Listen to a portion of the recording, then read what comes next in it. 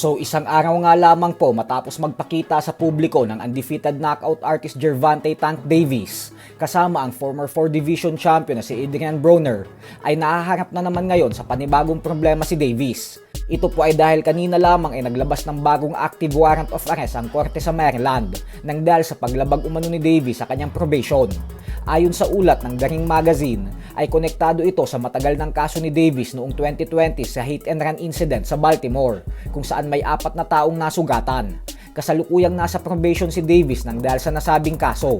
Subalit muli itong nadagdagan nang dahil sa legal troubles niya matapos siyang maaresto sa Florida nitong January lamang, kaugnay sa pananakit sa dati niyang kasintahan. Una nang sinubukan ng kampo ni Davis na ipaayos ang warrant at pansamantala naman itong pinagbigyan ng hukom. Pero nitong nakalipas na linggo lamang ay muling tinanggihan ng mga hurado ang panibagong hiling ng mga abogado ni Davis, dahilan kung bakit naging aktibo ulit ang warrant laban sa kanya. Batay naman sa mga court records, ay posible daw na makulong si Davis nang walang piyansa sa oras na maaresto ito sa state ng Maryland. Bukod dyan ay kasalukuyan pa ding bukas ang mga kasong battery at attempted kidnapping laban sa kanya sa Florida. Kaya malaking dagok talaga ito sa career ni Tank Davis dahil makakaapekto talaga ito ng husto sa kanyang pinaplanong pagbabalik sa ibabaw ng lona ngayong taon. Tandaan po natin na mahigit 1 taon na ang nakakalipas magmula ng huling beses lumaban si Davis, kung saan nauwi sa tabla ang resulta ng kanyang laban kay Lamont Roach Jr. Bukod dyan ay 2 taon na din ang nakakalipas magmula ng huling beses siyang manalo. Kaya maliwanag na magmula nang magkaroon siya ng mga problema at kaso sa labas ng boxing, ay nakaapekto na talaga ito sa pagboboxing niya.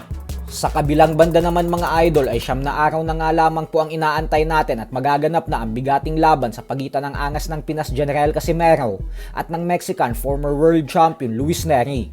Subalit naging prangka nga po si Nery na ayaw niya daw makipagsabayan sa mga paandar ni Casimero na trash talkan.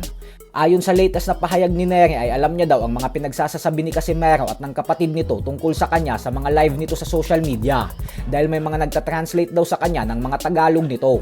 Pero hahayaan niya na lang umano ang mga banat ni Casimero at hindi niya na daw ito papatulan. Paliwanag ni Nery na hindi na daw siya mag-aaksaya pa ng panahon na makipagbanatan ng bunganga kay Casimero. Basta hahayaan niya na lang umano na kamao niya ang magsalita sa gabi ng kanilang sagupaan sa bansang Japan.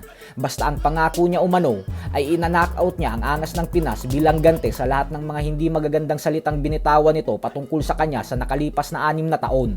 Tandaan po natin na pinagbintangan din ni Jason si Nery na gumagamit ng bawal na gamot kaya siguraduhin daw nito na huwag siyang magpopositibo. Kaya kung bantay sarado talaga ni Nery ang mga live ng magkapatid sa social media, ay ibig sabihin ay alam niya din ang mga sinabing ito ni Jason.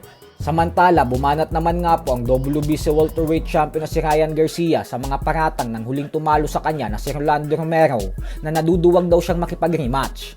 Ayon kay Garcia ay siya lang naman daw ang nag-aantay kay Romero. Tandaan umano natin na matapos siyang matalo ay lumaban na ulit siya at naging kampiyon na. Pero itong si Romero umano ay wala pang nagagawa magmula nang magtuo sila kasi hindi pa daw ulit ito lumalaban. So hanggang dito na lang po muna tayo mga idol.